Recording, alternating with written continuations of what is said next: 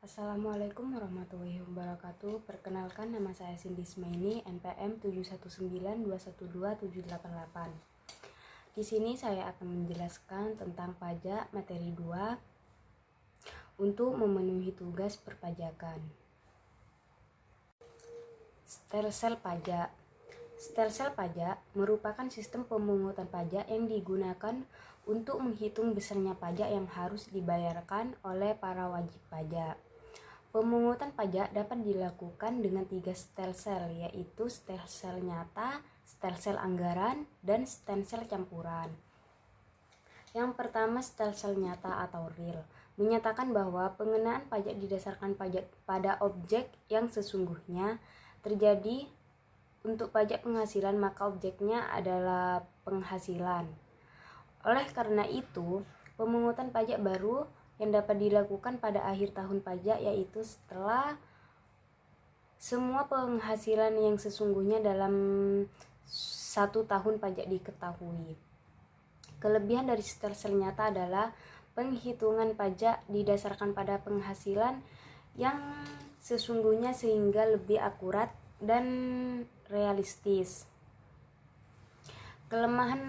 Kelemahannya adalah pajak baru dapat diketahui pada saat akhir periode, sehingga yang pertama, wajib pajak akan dibebani jumlah pembayaran pajak yang tinggi pada akhir tahun, sementara pada waktu tersebut belum tersedia jumlah kas yang memadai. Yang kedua, ada semua wajib pajak akan membayar pajak pada akhir tahun, sehingga jumlah uang yang beredar akan berpengaruh. Yang kedua, ada stelsel anggapan atau fiktif, menyatakan bahwa pengenaan pajak didasarkan pada suatu anggaran yang diatur oleh undang-undang. Misalnya, penghasilan suatu tahun dianggap sama dengan penghasilan tahun sebelumnya, sehingga pajak yang terhutang pada suatu tahun juga dianggap sama dengan pajak tentang tahun sebelumnya. Dengan stelsel ini, besarnya pajak yang terhutang pada tahun berjalan sudah dapat ditetapkan atau diketahui pada awal tahun yang bersangkutan.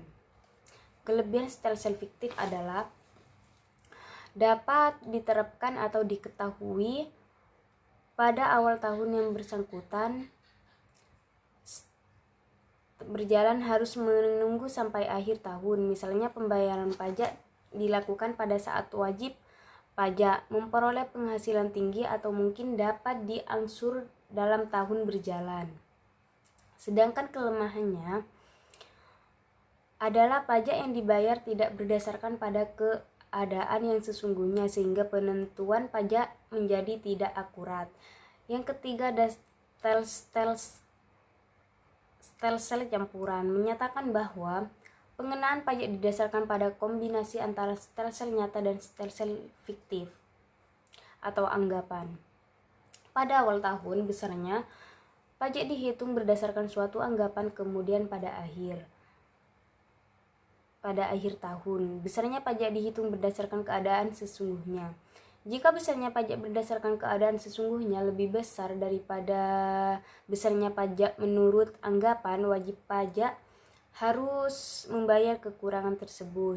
Sebaliknya, jika besarnya pajak sesungguhnya lebih kecil daripada besarnya pajak menurut anggapan, kelebihan tersebut dapat diminta kembali atau restitusi ataupun dikompensasikan pada tahun-tahun berikutnya. Asas pemungutan pajak. Asas antara lain adalah suatu kebenaran yang menjadi pokok dasar atau tumpuan berpikir. Ada 3 asas pemungutan pajak yang kerap dijadikan pedoman di dunia, yaitu yang pertama, asas tempat tinggal. Pemungutan pajak dilakukan berdasarkan domisili atau tempat tinggal seseorang. Yang kedua, asas kebangsaan. Pemungutan pajak dilakukan berdasarkan kebangsaan seseorang. Yang ketiga, ada asas sumber. Pemungutan pajak dilakukan berdasarkan sumber atau tempat penghasilan berada. Sedangkan di Indonesia, kita memiliki 7 asas pemungutan pajak yang selalu dijadikan pedoman. Yang pertama, asas finansial. Berdasarkan asas ini, pemungutan pajak dilakukan sesuai dengan kondisi keuangan atau finansial atau besaran pendapatan yang diterima oleh wajib pajak. Berdasarkan asas finansial, besaran pajak yang harus dibayar orang itu berbeda-beda. Berdasarkan asas ini pula penetapan pemungutan pajak yang harus dibayarkan orang tersebut lebih kecil daripada pendapatan mereka selama setahun. Yang kedua ada asas ekonomis. Berdasarkan asas ekonomis, hasil pemungutan pajak di Indonesia harus digunakan sesuai dengan kepentingan umum atau kepentingan rakyat secara menyeluruh. Pajak juga tidak boleh menjadi penyebab merosotnya kondisi perekonomian rakyat.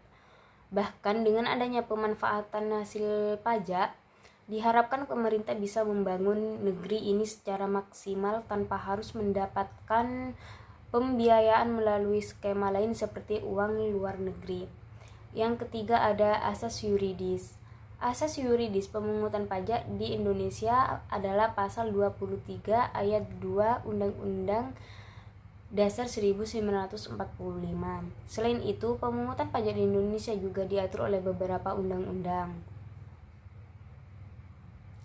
Contohnya seperti Undang-Undang Nomor 28 Tahun 2007 tentang Ketentuan Umum dan Tata Cara Perpajakan atau UKP. Yang kedua ada Undang-Undang Nomor 36 Tahun 2008 tentang Pajak Penghasilan atau PPP, dan banyak lainnya seperti Undang-Undang Nomor 12 Tahun 1994 tentang Pajak Bumi dan Pembangunan atau PBB. Banyak. Yang keempat ada asas umum. Asas pemungutan pajak yang selanjutnya adalah asas umum. Berdasarkan asas ini, pemungutan pajak di Indonesia didasarkan atas keadilan umum. Artinya, baik pemungutan maupun penggunaan pajak memang dirancang dari dan untuk masyarakat Indonesia. Yang kelima ada asas kebangsaan. Berdasarkan asas kebangsaan, setiap orang yang lahir dan tinggal di Indonesia wajib membayar pajak sesuai ketentuan yang berlaku di negeri ini.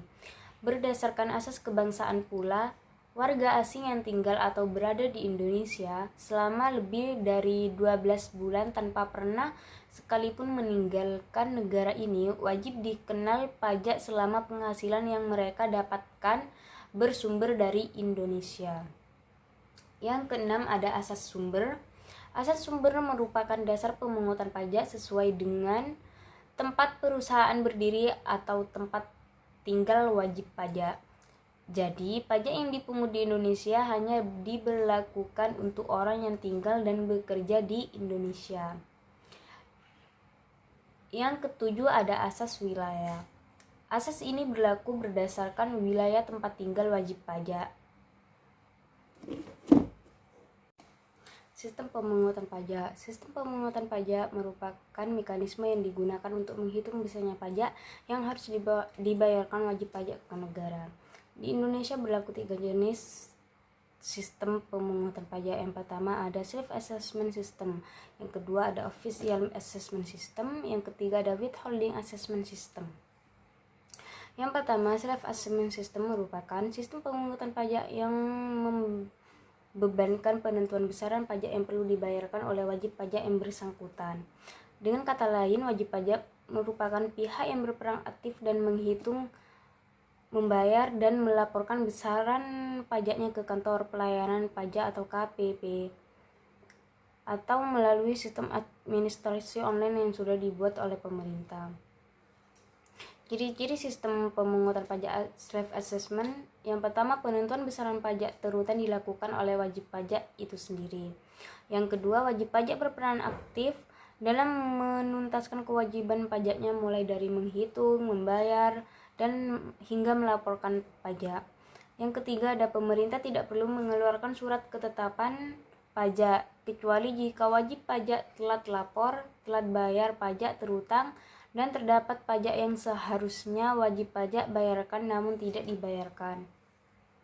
Yang kedua ada Official Assessment System merupakan sistem pemungutan pajak yang membebankan wewenang untuk menentukan besarnya pajak terutang pada fiskus atau aparat perpajakan sebagai pemungut pajak. Sistem pemungutan pajak ini bisa diterapkan dalam pelunasan pajak bumi pembangunan atau PBB atau jenis pajak daerah lainnya.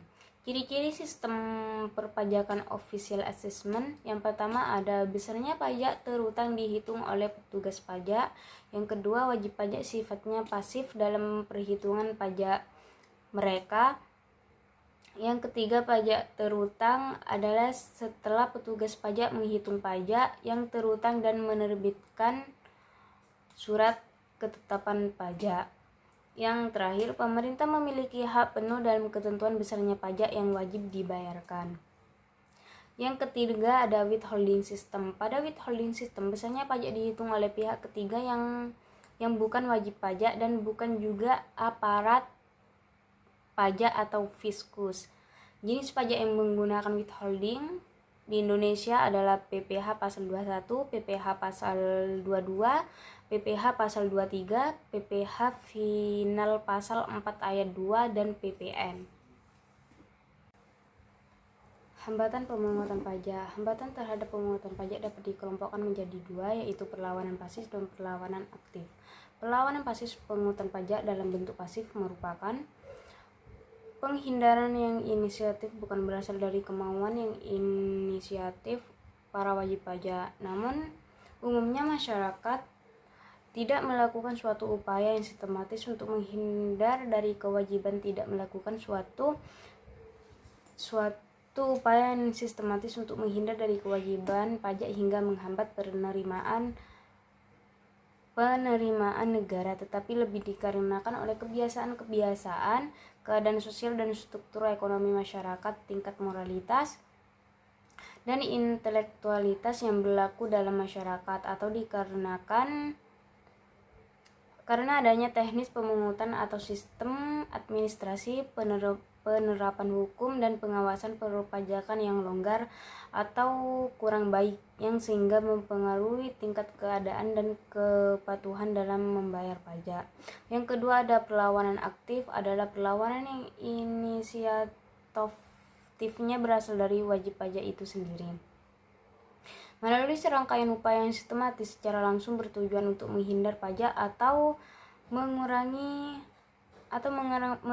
kewajiban pajak yang semestinya harus dibayarkan, berupa tindakan cara-cara tertentu untuk mengurangi, menggelapkan, menyelundupkan, dan menghilangkan beban pajak yang seharusnya dibayar, sehingga mengakibatkan berkurangnya penerimaan pajak negara.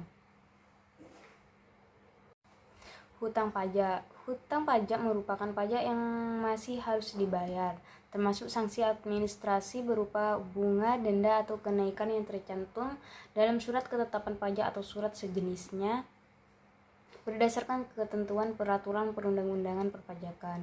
Hutang pajak menjadi dasar dilakukan penghasilan pajak oleh juru sita pajak. Dilihat dari kondisinya, timbulnya hutang pajak dapat terjadi karena dua kondisi, yaitu yang pertama kondisi formil dan kondisi materi. Dalam kondisi material, suatu pihak dapat dibebaskan dari hutang pajak karena ada kondisi-kondisi seperti pembayaran kompensasi, kedaluarsa pajak, pembebasan, penghapusan.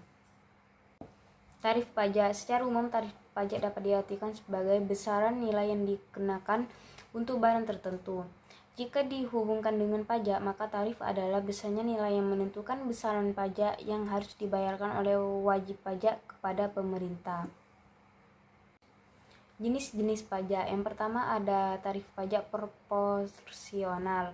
Jenis tarif pajak yang pertama adalah tarif pajak proporsional yang menggunakan presentasi tetap pada pajak. Artinya meskipun nilai objek pajak seperti mobil, motor, dan lainnya naik, ini tidak akan mempengaruhi presentasi tax rate yang dibayarkan. Yang kedua ada tarif pajak progresif.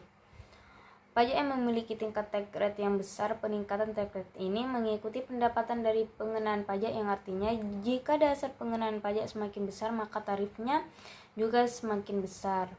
Yang ketiga ada tarif pajak degresif, di mana tarif ini merupakan kebalikan dari progressive take rate. Jika presentasi take rate untuk progressive take rate besar, maka degresif memiliki take rate yang lebih rendah. Yang keempat ada pajak tetap. Pajak yang tetap memiliki besaran tarif yang tetap untuk pengenaan pajak. Yang kelima ada pajak ad valorem dan spesifik. Adalah pajak ad valorem dan spesifik yang diberlakukan untuk barang impor dengan presentasi tertentu. Baik, itu saja. Terima kasih. Wassalamualaikum warahmatullahi wabarakatuh.